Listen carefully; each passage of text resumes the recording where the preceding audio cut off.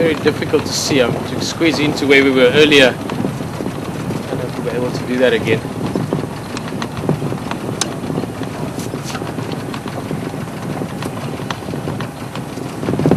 It's not a bad view.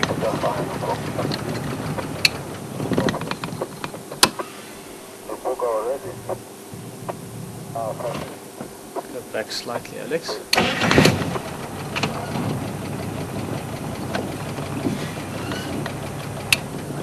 A little bit hard, obviously, because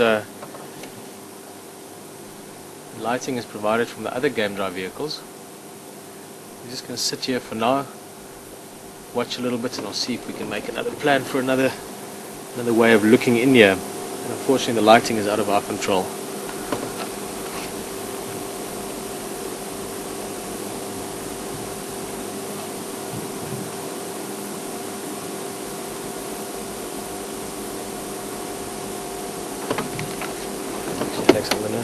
Actually, it's not too bad. Let's just sit tight for a bit.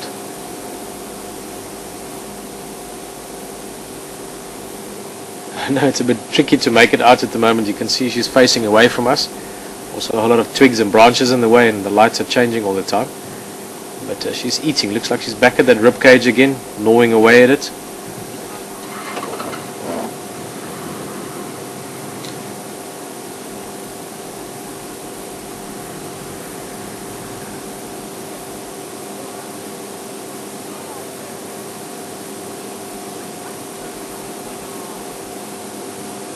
And again, not to apologize too much for it, but just the lighting is, like I said, out of our control. So if it goes a bit super bright and then suddenly dark, we're just going to have to work with what's available now.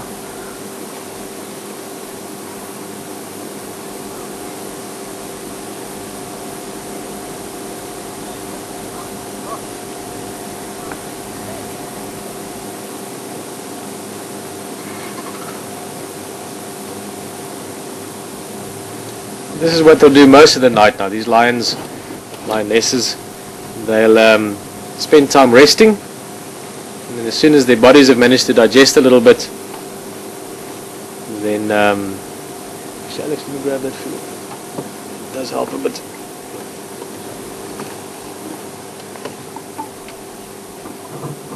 And then as soon as they've digested enough, they'll get active again, and they'll go and eat more, and then when the belly's too full to eat more, they'll go and lie down and pant and breathe and digest, and then do the same thing over and over.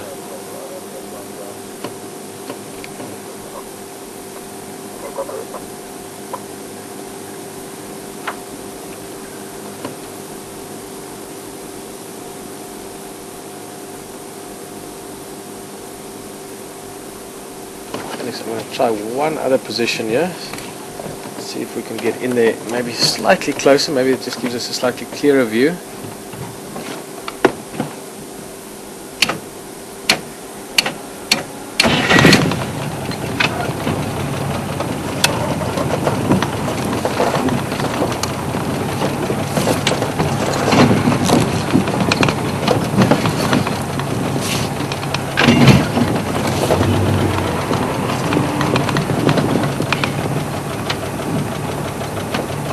What's this? Oh, look at this. Bonus. It's just out of the corner of my eye there. There we go. Another lioness.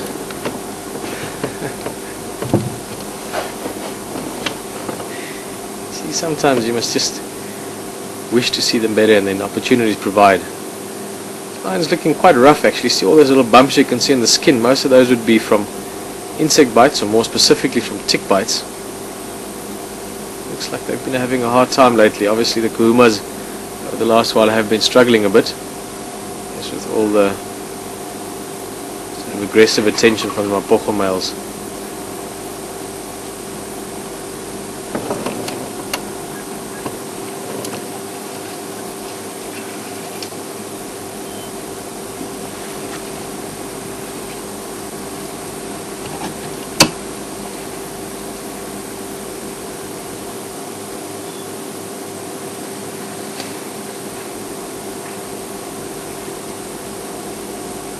The black marks behind the ears. Now, again, lions don't see black and white. They sort of see very soft shades of pastel colors, but call it black and white for that matter. You can compare it to an extent to what we're looking at now at night when they're moving around. Now you can see those black marks, contrary to what people might think, actually stand out in the night. So if you have a group of lions walking through the grass and suddenly the one lion in front flicks its tail tip, which is also black, and the ears are up and pointing towards something, not only is the visual sign that something is going on, but in terms of relative to how the ears are pointing, other lions will be able to see what direction the interest is lying. Okay, you can see the black tail tip is just tucked away there from us.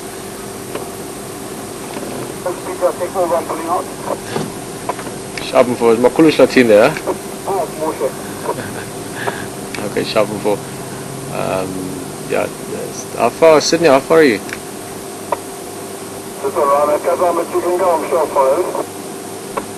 I'm going to sit here for a bit more, but I was just going to say there's lots of space. We're sitting at a bit of a distance, so lots of space here.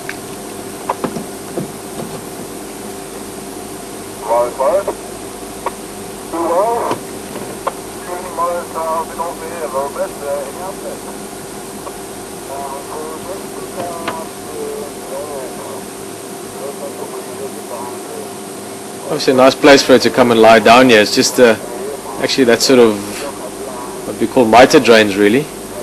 These little pieces that drain the roads in big rain season. That's why it's got nice sand in it. Now again, if you've got an extremely full belly, heavy with meat, and you're feeling hot and you can't breathe very well because you're so full, a bit of a sandy area is much nicer. You can scrape it out a little bit. It's slightly cooler. This makes lying around in such a big belly a bit more comfortable.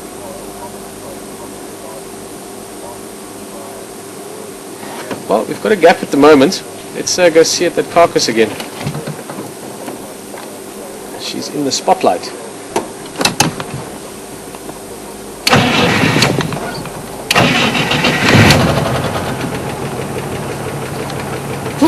Excuse me. All the grass and leaves and twigs and branches we've been driving through.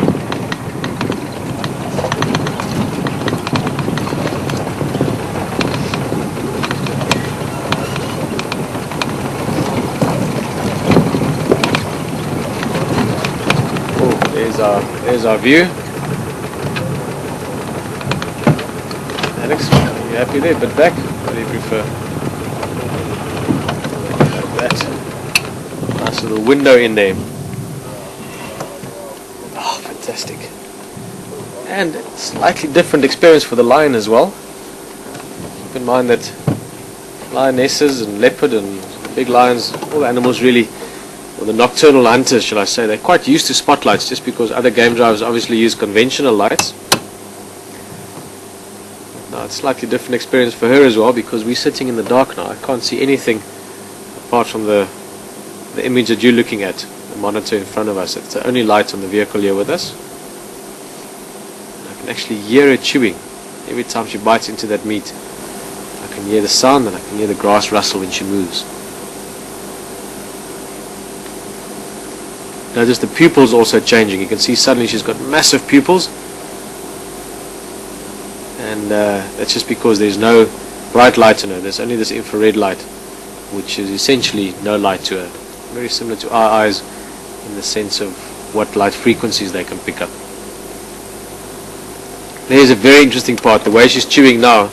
Look at the big canine teeth. You can see how they're going close past each other, but you'll see that they're not actually designed for chewing meat or cutting meat.